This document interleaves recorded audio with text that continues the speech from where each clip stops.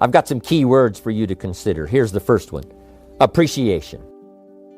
That's number one. First of all, is to appreciate what you already have. Appreciation is unique. It has a sense of opening us up to even more if we appreciate, first of all, what we've already got. Democracy, freedom, free enterprise. To appreciate all of that, to appreciate our chance, to appreciate our opportunity, to appreciate all that it took to bring us to this point.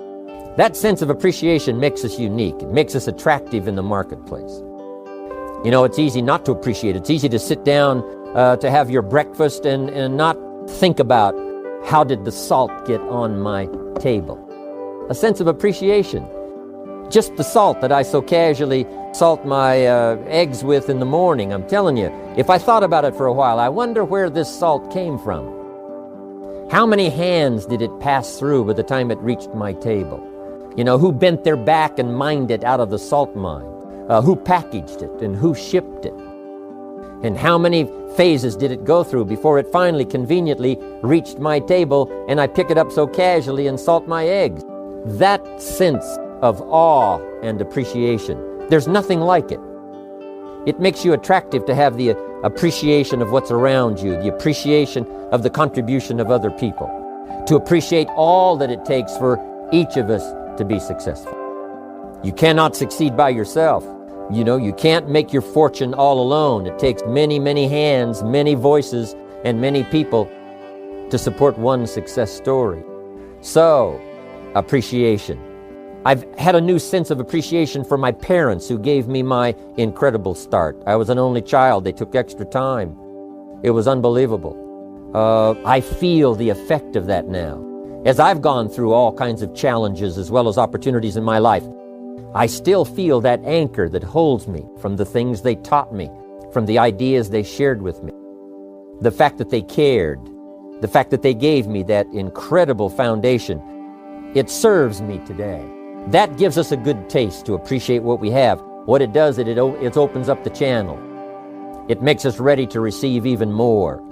New ideas now can come flowing in if the person has appreciated what's already there, that's given them the support, made them as successful as they are at the moment. So appreciation. Second is comprehension.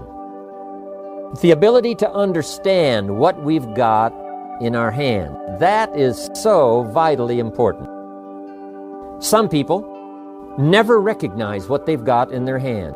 And we know that by the evidence, because they do so little with it. If they knew what they had, if they knew the power of what has come their way, if they knew what they had in their hands, in their possession, it would change their whole life. It would, first of all, alter their attitude. Second, it would give them a vision of the future that they never had before. Just a sense, a recognition, a comprehension, an understanding. And all of us have the ability to do that, to understand and comprehend what we've got. Just think about all of the parts of this opportunity. The people, the product, the opportunity, all of the list of things that you've got now in your hands to use as the ways and means to transform your life and build your future. You know, a lot of people have dreams, but they dare not dream too much because they don't have the ways and they don't have the means. They don't have the opportunity. They don't have the tools at their disposal. They don't have the influence. They don't have the training. They don't have the teaching. They don't go to classes like we do. They don't have the benefit of other people's experience like we have. When we look at all of that, we ought to really try our best to comprehend what all we've got. Because if we truly see what we've got in our hands, we'll probably multiply what we can do with it in the future by 2, by 3, by 5, by 10. So that's a key word for developing leadership: comprehension. Here's the next word: opportunity. You've got to be able to see opportunity. Opportunity all around you. Opportunity of where you are. Opportunity of the people who can use the products that you've got, who can use your opportunity. Use your opportunity in terms of marketing. Seeing the opportunity. If we're blind to the opportunity, it doesn't matter how valuable the products are, and it doesn't matter how valuable the system is. If you can't see the opportunity, it all gathers dust. It all goes to waste. You've got to see opportunity in every person you meet. That could be another person. That could be another Mark Hughes. That could be another future president's team member. Learn to see the opportunity that's right around you. It's easy to get busy and sort of blinded and just walk along and not see what's possible and what's available. The reason I'm here today is because I saw the opportunity. An opportunity to expand my vision, an opportunity to refine my skills, an opportunity to meet people I'd never met before, an opportunity to go places I'd never gone before, an opportunity to become valuable to an institution, an opportunity to enhance my own powers of development so that I could serve other people.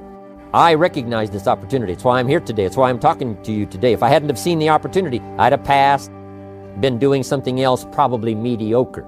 But here I am in a very splendid position, an unusual position, having an opportunity to use my experience and influence and skills to touch the lives in the future of millions of people. I saw the opportunity. I took advantage of it. And I want you to be able to do that too, be able to see the opportunity. Now here's what's next. And that is integrity. Integrity means those inner qualities that you do not compromise.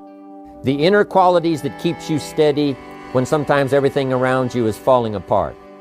The integrity that helps you to maintain character, all of those qualities that give you a chance to be better than you are at the moment on into the future. Integrity within yourself, integrity within the way that you do business, integrity within the way that you operate and conduct the business of the day. That's vitally important in the development of leadership. Next is morality. There's a right way and a wrong way.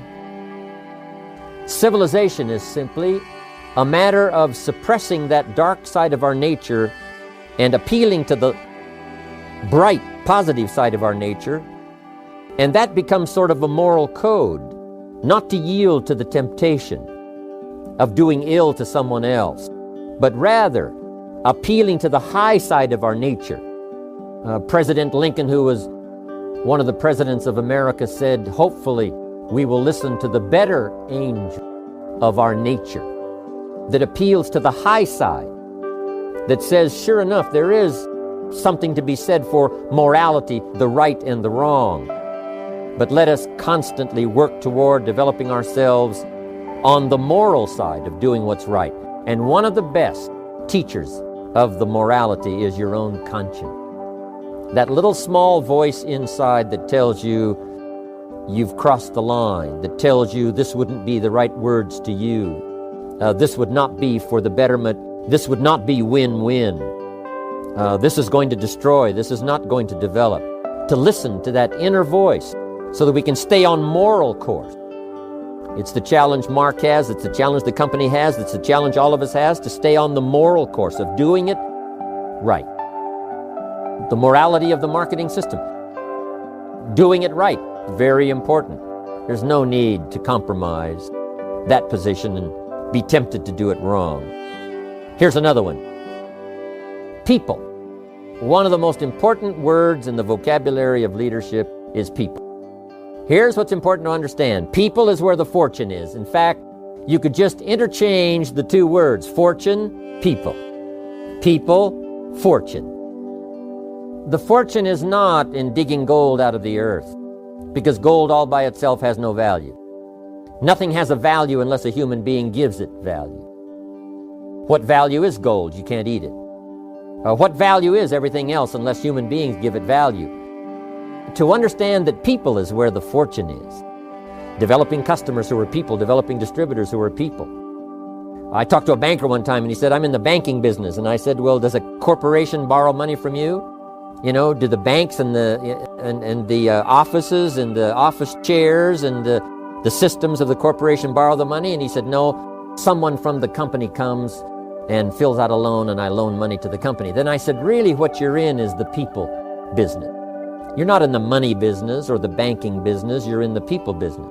And so it's true with all of us. We're in the people business. A unique sense of appreciation. When I first saw this kind of marketing at age 25, I said to myself, if it's unlimited, the people I can introduce to the business, then I shall become wealthy. Because something told me, and I didn't have the full education back then, but something told me that if I found a way to provide benefit for someone else, I could earn money. Something told me. I must have gotten it from my parents, some of my early training that said people is where the fortune is. So that's where you have to take great care in your business. Yes, take care of your money. Yes, take care of your system. Take care of the setup. Take care of the meetings. Take care of all the details. But here's what you've got to do if you really want to make a fortune. Take care of your people. Because people is where the fortune is. If you help them grow, they'll help you grow. If you develop them under you, they will lift you up. You can lift up sales and it'll fall back down. You can lift up volume and it'll fall back down. Lift up the people and you won't fall down. You'll have the foundation. There you'll be ready for the future.